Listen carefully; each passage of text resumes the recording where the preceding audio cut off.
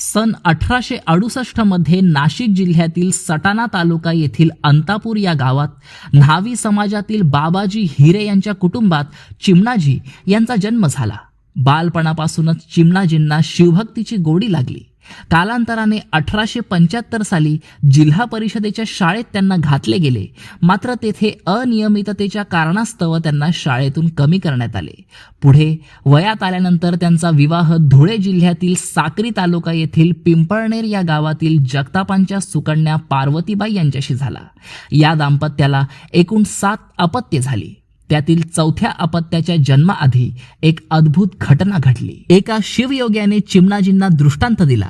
मस्तकी जटाभार, कमरेला पितांबर, कपाळावर त्रिपुंड, गळ्यात रुद्राक्ष माळा, काखेत झोळी, हातात कमंडलू, तेजपुंज कांती असा हा शिवयोगी चिमणाजींना आशीर्वाद देऊन म्हणाला, तुझ्या निष्काम भक्तीवर मी अत्यंत प्रसन्न झालो आहे.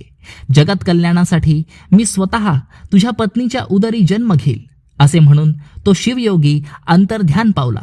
दुसऱ्या दिवशी चिमणाजींनी आपल्या पत्नीला त्या दृष्टांताविषयी सांगितले. हे ऐकून त्या देखील अत्यानंदित झाल्या.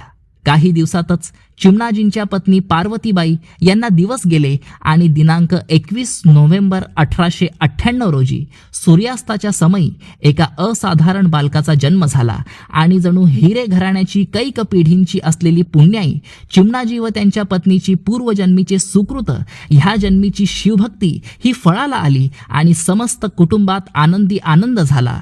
12व्या दिवशी बाळाचे बारसे केले गेले व नामाभिधान सुपडू असे करण्यात आले.